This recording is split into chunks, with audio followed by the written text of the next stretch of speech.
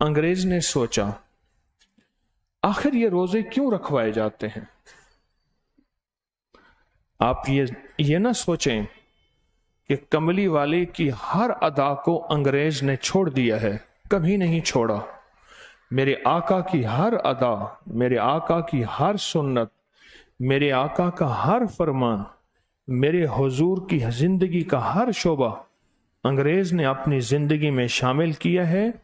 اس نے اس پہ تحقیق کی ہے، اس پہ سر جوڑ کے بیٹھے ہیں اور اس پہ زندگیاں غرق کی ہیں اور زندگیاں غرق کر کے پھر نچوڑ نکالے ہیں۔ چاند چوبن پہ آتا ہے 13 کو، 14 کو، 15، یہ 13، 14، 15 چوبن ہوتا ہے اور 15 کے بعد پھر ڈھلنا شروع ہو جاتا ہے۔ پوری دنیا کی سائنس کہتی ہے، پوری دنیا کا تحقیق نگار کہتا ہے کہ پوری دنیا میں قتل و غارت انہی دنوں میں، انہی راتوں میں ہوتے ہیں، انہی دنوں میں ہوتے ہیں۔ سب سے زیادہ قتل، سب سے زیادہ ڈکیتیاں، سب سے زیادہ جرائم، سب سے زیادہ لوٹ مار، سب سے زیادہ قاتلانہ حملے، سب سے زیادہ لڑائی جھگڑا، سب سے زیادہ انہی دنوں میں ہوتا ہے۔ کیوں؟ چاند پورے نظام کو اپنے پاس کھینچتا ہے اور بڑے بڑے جہاز، بڑے بڑے جہاز انہی دنوں میں احتیاط سے چلتے ہیں۔ سورج چاند کھینچتا ہے اور سمندر اپنی موجوں میں ہوتا ہے۔ اتنی زیادہ موجیں اور اتنی زیادہ کہ سمندر میں طاقتور موجیں ہوتی ہیں کہ بڑے بڑے جہاز، بڑے بڑے پہاڑ بھی وہاں نہیں ٹھہر سکتے۔ بڑے بڑے جہاز اور بڑے بڑے پہاڑ نہیں ٹھہر سکتے، اتنی زیادہ موجیں ہوتی ہیں۔ جوار باٹا کہتے ہیں اسے، مد و جزر کہتے ہیں اسے۔ آخر وجہ کیا ہے؟ قدرت کا ایک نظام ہے اور انہی دنوں میں تعویذ بڑی طاقتور اثر رکھتے ہیں۔ انہی دنوں میں بعض نقشوں کی چال چلتی ہے اور انہی دنوں میں بعض جادو طاقتور ٹوٹتے ہیں یا پھر طاقتور ہوتے ہیں۔ انہی دنوں میں، انہی دنوں میں بچے پیدا ہونے والوں کے مزاج اور ہوتے ہیں۔ انہی دنوں والوں میں بچیاں پیدا ہونے والوں کی طبیعتیں اور ہوتی ہیں۔ دنوں کا زندگی پہ اثر، لفظوں کا زندگی پہ اثر، وقتوں کا زندگی پہ اثر۔ کیا خیال ہے؟ صبح کی ٹھنڈک پر اثر نہیں ہوتا، دوپہر کی گرمی کا اثر نہیں ہوتا، شام کی حبس کا اثر نہیں ہوتا۔ ہماری زندگی پہ یہ چیزیں اثر انداز ہوتی ہیں۔ ہم چاہے محسوس کریں یا نہ کریں، ہمیں اس کا احساس ہو یا نہ ہو، ہماری زندگی میں یہ چیزیں اثر انداز ہوتی ہیں اور اتنا زیادہ اثر انداز ہوتی ہیں، اتنا زیادہ کہ آپ سوچ نہیں سکتے کہ افریقہ کے بعض ملکوں میں یہی دن ہوتے ہیں، یہی 3 دن، یہی 3 راتیں کہ ان کو جرائم کی تربیت دی جاتی ہے اور جرائم کرائے جاتے ہیں، کیونکہ خون پورے جوش میں ہوتا ہے۔ اور قدرت کا نظام دیکھیں، ان 3 دنوں کے اندر سنت ہے بعض رگوں سے خون نکلوانا، جس کو کیا کہتے ہیں؟ حجامہ، کپنگ۔ ہاں، اور ان 3 دنوں میں روزہ ہے، کیونکہ روزہ تو سارا ہے ہی صبر، روزہ تو ہے ہی ساری برداشت، اور روزہ تو ہے ہی سارا رک جانا، ہٹ جانا، سہ جانا، سہم جانا۔ روزہ تو سارا ہی اسی چیز کا نام ہے۔ یہ 3 راتیں بڑی طاقتور ہیں عملیات کی دنیا میں، وظائف کی دنیا میں، عروج کی دنیا میں، کیونکہ عروج ماہ کہتے ہیں، اور عروج ماہ کو پورن ماشی کہتے ہیں، اس کو عروج ماہ کہتے ہیں کہ پورے جوبن پہ ہوتا ہے چاند۔ صرف چاند کو جوبن نہ دیکھیں، ساری کائنات کا نظام چاند کے ساتھ چل رہا ہے، ساری کائنات کا نظام سورج کے ساتھ چل رہا ہے، یہ شمسی قمری نظام ایسے نہیں ہیں۔ آج رات بہت اہم رات ہے، کل رات بہت اہم رات ہے، پرسوں رات بہت اہم رات ہے۔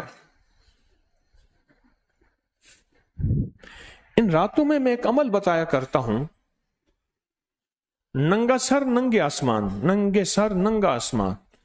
خواتین کے لیے نہ ننگا سر ہو نہ ننگا آسمان ہو، اور خواتین کے لیے اگر ننگا آسمان ہو تو کوئی حرج نہیں، لیکن ننگا سر نہ ہو۔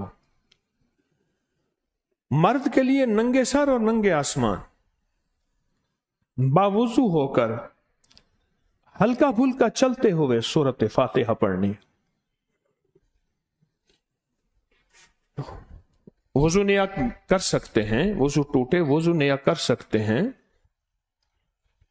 کچھ کھانا پینا کر سکتے ہیں، تھک گئے بیٹھ سکتے ہیں، کچھ کیلولا کرنا ہے کر سکتے ہیں۔ یہ رات بہت زبردست ہے، اور سورت فاتحہ جو سارے قرآن میں ہے وہ سورت فاتحہ میں ہے۔ میں نے زندگی میں لوگوں کو تمنگر ہوتے دیکھا، میں نے زندگی میں لوگوں کو خوشحال ہوتے دیکھا انہی 3 راتوں میں۔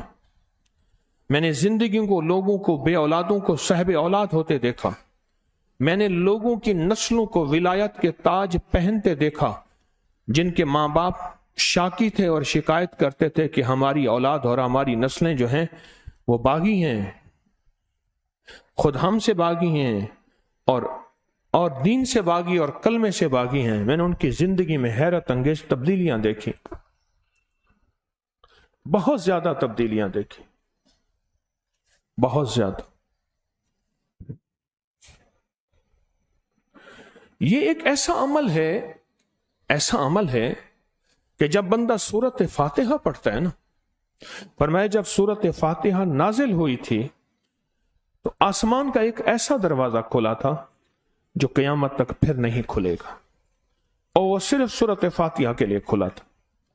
کتنی عجیب بات ہے، آسمان کا ایک دروازہ کھلا، میری طرف توجہ ہے،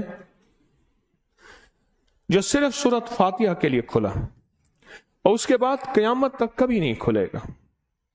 اور فرمایا جب سورت فاتحہ نازل ہوئی، سورت فاتحہ کی وحی آئی، تو شیطان نے اپنے سر پہ راکھ اور مٹی ڈالی، اپنے بالوں کو نوچا، چیخیں ماری، شور کیا، یہ کیا چیز اتر آئی ہے؟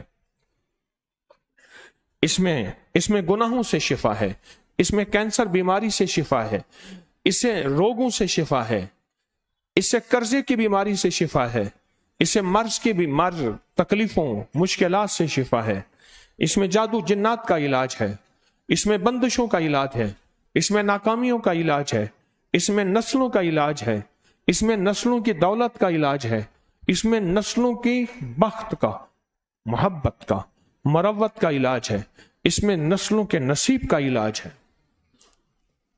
میں کہ شیطان نے اپنے سر پہ راکھ ڈالی، بال نوچے، شور کیا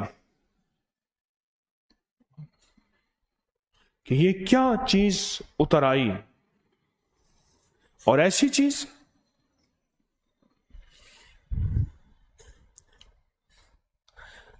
سورت فاتحہ، سورت فاتحہ، سورت فاتحہ۔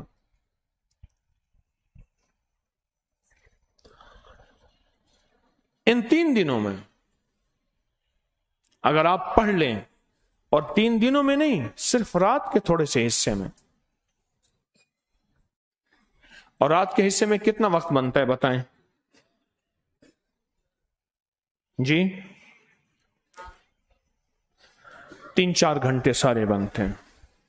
پھر سحری کا وقت، اور پھر چند گھنٹے ہیں، اور چند گھنٹوں میں سورۃ فاتحہ پڑھیں، گڑ گڑا کے پڑھیں، دھیان لگا کے پڑھیں، توجہ بنا کے پڑھیں، چل نہیں سکتے بیٹھ کے پڑھیں، لیکن اصل عمل ہے چلتے ہوئے، ہلکا پھلکا چلتے ہوئے۔ میں رات 2003 کی رات تھی، 2003، اور سخت سردی تھی، اور سخت رمضان تھا، اور سردی کا بہت رمضان تھا، سردی کا۔ تو میں نے سردی کے رمضان میں یہ عمل کیا تھا، کئی بار کیا، اللہ نے توفیق دی۔ تو میں 2003 کی رات کا آپ کو ایک واقعہ سناؤں۔ 2003 کا رمضان، اور میں نے یہ کھلے آسمان کے نیچے اس عمل کو کیا، سخت سردی تھی۔ میں نے ایسے محسوس کیا، ایک میرا احساس ہے، کشف نہیں ہے، نہ مجھے ہوتا ہے، میں نے ایسے محسوس کیا جیسے اللہ کی رحمت ایسے اتر رہی ہے، ایسے اتر رہی ہے، جیسے کہ مجھے ایک منظر ایسے محسوس ہوا جیسے وہ پنگوڑے ہوتے ہیں نا، جوں جوں گھوم رہے ہوتے ہیں، ایک پنگوڑا جا رہا ہوتا ہے، وہ